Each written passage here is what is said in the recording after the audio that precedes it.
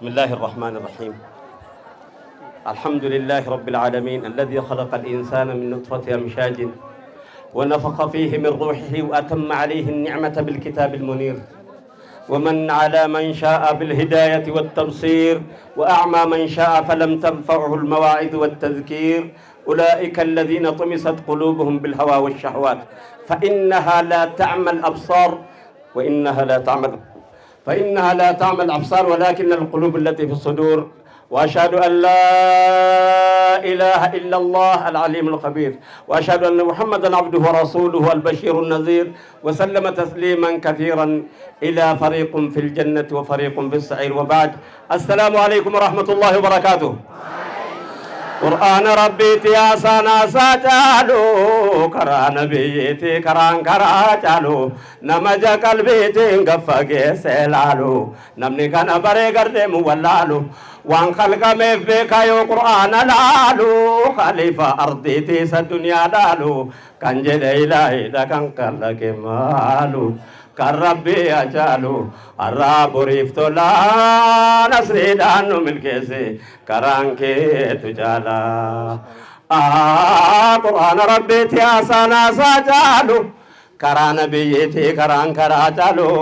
نمجا قلبيتي انقفاقي سيلالو نمني كان بري قردي مولالو وان خلق مفبكا يو قرآن لالو خليفة أرضيتي سدنيا دالو كان جد إلهي دفن خلق مالو كان ربي أجالو الرا أبو ريفتو لا نسري دانو ملكيسي أن يرد منزومة دافسين دفني نشيدة دافسين دفني زيارة شيخ حبيبي في الدفن درس حاولتك بمينة يغسين سيل أمو namni gaaddisa guddaa jala dhufe gaad maalii fi caayaan sana jala taa'ee jechuu hin danda'u. Eegan dhufe galatoomaa warri rabbi galatoomi kan ummata kana asitti walitti nuu qabdi. Kan lammaffaati Sheekh Habiibiin hin galateeffadhu dura darasaa qara'u kanas hin galateeffadhu warra isin qubsiise hin galateeffadha namni teessoo tolfate waa hojjechuun isan dhibu warra isin qubsiise ganda kan warra magaalaa ta'u wajjiniin namni yeroo qubsuma argate gaaddisa argate bakka taa'u argate kunoo akkana walitti dhufa akkam warra ilmaan ergate warra moo gaaddisa ta'e isin qubsiise waan qabu scholarship ta'e afaan si ka'e asiin si ga'e warra sana rabbiin rahmataa godhuuf aamin jedhi meeme ummata kana rabbi rizqii itti cabsu naaf kaa'e darasaara kana qaryaa kana naaf jecha kaa'e rabbi jarana jedhuun ulfaadhaa sheeka keenya sheekan Itoophiyaa guutuun sheekan biyyattii kana keessatti namichi kun muka jalaa dhufe waa akka keessanii kana asiifitti waa gaaddisa kanaati miti akkanaa miti kaleessa ulamaan jecha afaan kana ittiin hiikkatu afaan oromootiif galata ta'e riqicha ta'e illee adda barse afaan nu hadhatti wal silsilaa wal agarru kanallee riqicha taateeti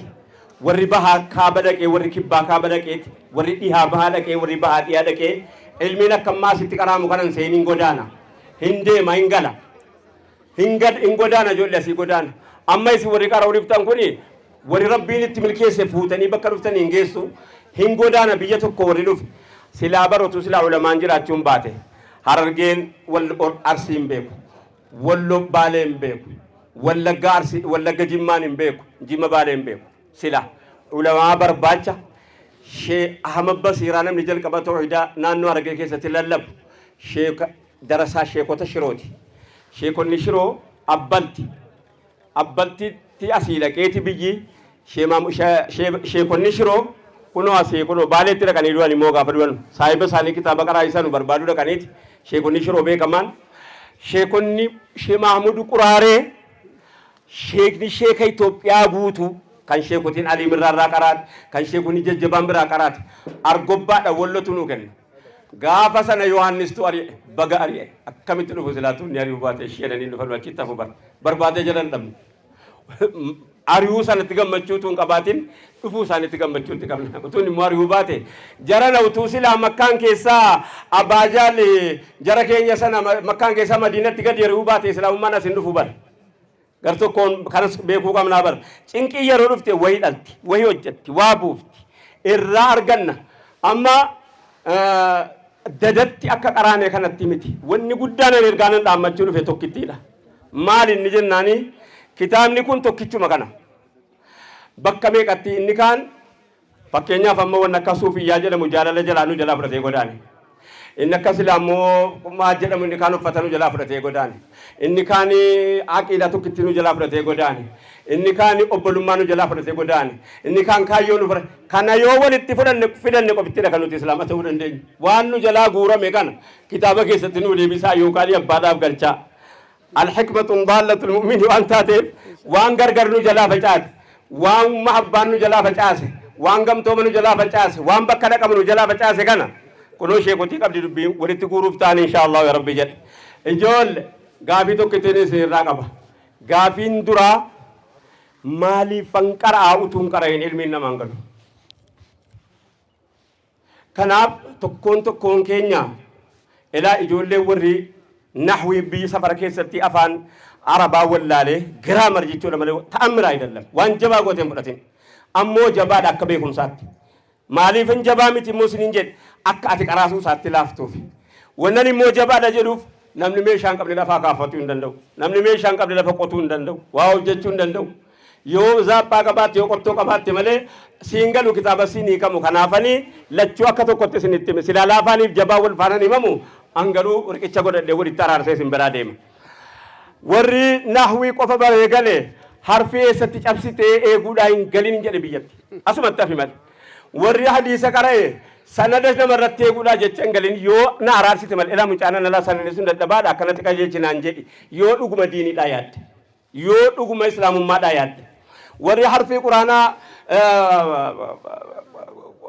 eeggachuu bare warri agartee quraana makaarija quraanaa akka gaariitti qara'u bare bakka namni itti quraanatti cabsu eega malee quraana dheeraa qara'ame kana maal jedhaa jira jedheen dabarsa kun immoo dhukkuba nuu fuudhaa dhufne walitti araarsinu iddeen itti cabse miti baalarra keessa illee xeeqa jechuu qabda malee anasi caalaan keessa jiraannaan bakka tokkollee ka'uu hin dandeenyu kanaaf karaan nu deemnu fagoodha ba'aan keenya ulfaataadha maaliifan qara'aa gaafa qaraane bakki nu dhaynu nuu galaa sheekota biraatiif dhiyeesseetan booda isinitti deebi'a assalaamu alaikum warahmatullahi wabarakaatuh toobadhaa ummataa nabiyyi rahmataa utuun danqaramiin balballi toobata laakiin edaa gootiin dhiyaate fakkaata saan gabaabbate aduun lixaa kaata fasaan dhidanate wajjibbaan jabaata duniyaadhaaf maraata fa'innaa lillaahi astaghfirullah alazim lillaahi rabbi argamaadha yoomillee nabamu kan kaatuma jiru haarawan jedhamu abadi tafaadha abadiif nin argamu ofiin dubbataadha waasaan jiru kamu haaliqni garagaraa waatti nakkeeffamu inni of gahaadha wayitti naajamu inni tokkichuma qaroon qabu ilaahin astaghfirullah alazim lillaahi